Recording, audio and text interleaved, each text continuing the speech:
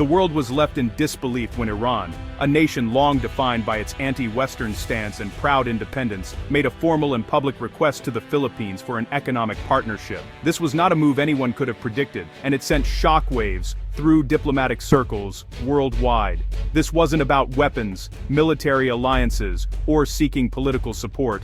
It was a direct plea for a lifeline, a last-ditch effort to rescue Iran's rapidly collapsing economy from total ruin. The urgency was palpable, and the stakes higher than ever. Tehran's leadership, who once dismissed Western economic models as incompatible with their values, are now poring over the Philippine economy, searching for answers and inspiration. They are analyzing every detail, hoping to find a blueprint for recovery. The move is a clear signal that the regime is under immense internal pressure. Waves of protests, a currency in freefall, and a population gripped by despair have forced the government to reconsider its long-held positions. For decades, Iran projected an image of unwavering strength and resistance to outside influence. But now, the cracks are showing. Desperation has shattered that carefully maintained facade, revealing a government scrambling for solutions. Turning to the Philippines, a close U.S. ally and a country with its own complex history, is a bold gamble. It's a move that underscores just how dire Iran's situation has become, and how few options remain. The world is watching with bated breath. Will this unlikely plea be answered? And if so, what ripple effects will it send across the region and beyond? The implications could be enormous. This is more than just an economic story. It's a geopolitical earthquake, one that could reshape alliances and power dynamics in both the Middle East and Southeast Asia. Why the Philippines? Because its economic model has proven to offer stability, adaptability, and resilience, even in turbulent times, without demanding total political surrender or loss of sovereignty. It's a model that has weathered storms and emerged stronger. For Iran, adopting this model would mean confronting its own deeply entrenched ideology and challenging the very system that has kept its leaders in power for over 40 years. It's a crossroads moment fraught with risk and uncertainty. The stakes could not be higher. Every decision now carries enormous consequences, not just for the regime, but for the future of the Iranian people. This is a story about survival, about a nation teetering on the brink, where ordinary families face hardship and uncertainty every day. The outcome will determine not just the fate of a government, but the destiny of millions. The request is unprecedented, a tacit admission that the old ways have failed catastrophically, and that new solutions must be found, no matter how unlikely the source. The next chapter for Iran may not be written in Tehran, but in Manila, where hope, uncertainty, and the possibility of transformation now converge. For over 40 years, Iran's national identity was built on a foundation of fierce opposition to the West, especially the United States. This defiance shaped everything from foreign policy to the daily rhetoric on the streets.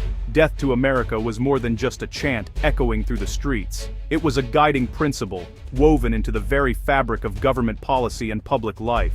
Against this backdrop, the Philippines, a steadfast U.S. ally for decades, would have seemed an impossible partner for Iran, a nation that once defined itself by its opposition to American influence. Yet, Iran's recent outreach to Manila is nothing short of revolutionary, signaling a dramatic shift in priorities and alliances. This isn't a pivot toward Western democracy or a sudden embrace of American values, but a pragmatic move, born out of necessity, as Iran faces a crippling economic collapse at home. The regime's anti-Western ideology, once a powerful unifying force, has now become a dangerous liability. With the economy in freefall, survival now trumps dogma, and the leadership is forced to reconsider its old playbook. Iran's leaders know that without jobs, a stable currency, and a functioning economy, their grip on power is slipping away. The threat is not just external, but internal: restless youth, rising unemployment, and growing public frustration. The request to Manila is a desperate search for a new model, a way out of ruin, and a chance to learn from a country that has weathered its own storms and emerged stronger. The old playbook of state control and oil dependency has failed spectacularly, leaving Iran with few options and dwindling resources. Now, Iran seeks a teacher, not a savior, someone to show them how to create jobs, foster innovation, and build a more resilient society. The Philippines stands out as a country that has created millions of jobs, managed social stability amid adversity, and thrived in a globalized world, attracting investment and building a dynamic economy despite its own challenges. In a twist of irony, that teacher's a close friend and ally of Iran's greatest adversary, the United States, a fact that would have been unthinkable just a few years ago. The world is now witnessing a regime forced to choose survival over ideology. The stakes are existential, and the outcome could reshape the region's future. Iran's economic crisis is not just numbers on a page, it's daily hardship for 88 million people. The rial is nearly worthless, life savings have vanished, hyperinflation has erased the middle class, pushing millions into poverty. Protests are now about survival, not just politics. Teachers, pensioners, and youth take to the streets, driven by desperation. The regime's response, force and intimidation, can't contain the anger. Decades of mismanagement, corruption, and sanctions have gutted the economy. Oil wealth, once a promise of prosperity, is now locked down or squandered. The state-dominated system stifles innovation and growth. As the crisis deepens, the regime's legitimacy evaporates. The leadership knows time is running out. Fix the economy, or be broken by it. The plea to Manila is a last-ditch effort to avoid collapse.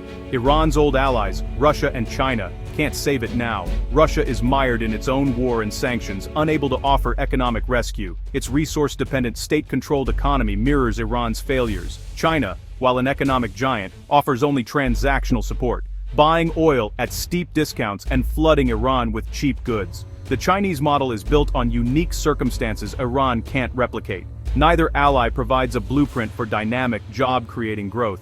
Iran's leadership has realized these partnerships offer no real solution.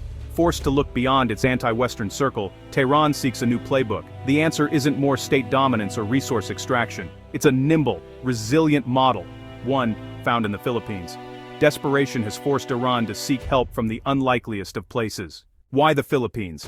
What makes this Southeast Asian nation stand out as a model for economic survival and adaptation in a rapidly changing world?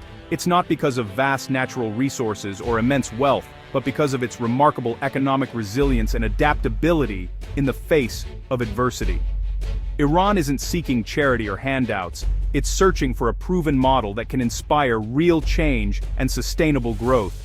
The so-called Philippine miracle is built on three powerful pillars: its vast, global diaspora, a thriving BPO industry, and a commitment to decentralized economic activity. Over 10 million Filipinos live and work abroad, sending home billions of dollars each year, providing a steady stream of remittances that stabilize the economy, often more reliably than oil revenues do for other nations. These remittances support families, fund education, and fuel local businesses.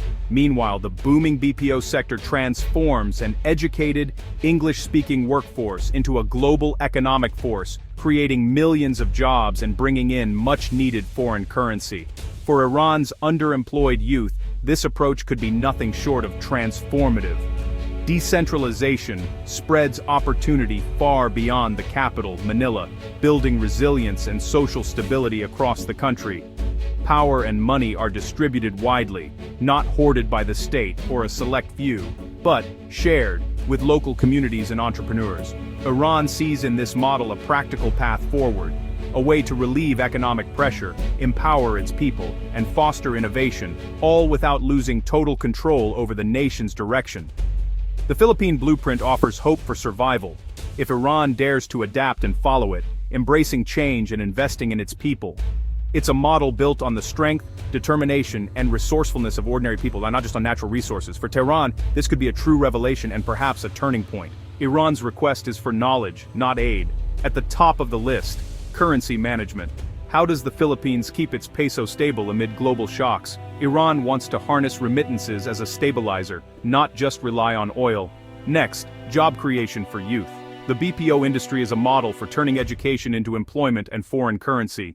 Iran seeks practical guidance on attracting investment, training workers, and building a service export sector. Global integration is another lesson. How to open up without losing control. The Philippines balances foreign capital and national interests, something Iran desperately wants to emulate. Social welfare is also key. The Philippines cushions poverty with health insurance and cash transfers, funded by its economic activity. Iran needs a way to protect its most vulnerable during painful reforms. The Manila Playbook is a guide to economic survival and social stability. Even with the Manila Playbook, Iran faces a monumental challenge. The Philippine model's success, global integration, decentralization, free information, threatens the regime's core principles of control. Thriving BPOs require open internet and global connections, both anathema to Iran's rulers. Empowering youth and encouraging a diaspora means loosening the regime's grip. Remittances would bypass state control, making families less dependent on government handouts. Every step toward reform risks empowering those most likely to challenge the regime. Hardliners will see these changes as a Trojan horse for Western influence. The leadership is trapped: save the economy or preserve their power.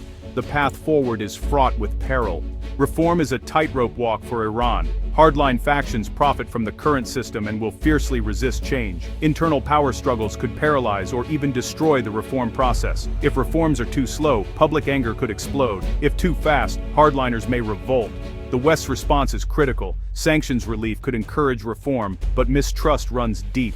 The regime risks alienating both its base and its people. The stakes: survival or collapse. Iran stands at a crossroads, its future unwritten. 3 scenarios loom: successful reform and stability, failed reform and chaos, or a tense, endless stalemate. Managed reform could bring prosperity and reduce regional tensions. Failure could trigger collapse, unrest, and a humanitarian crisis.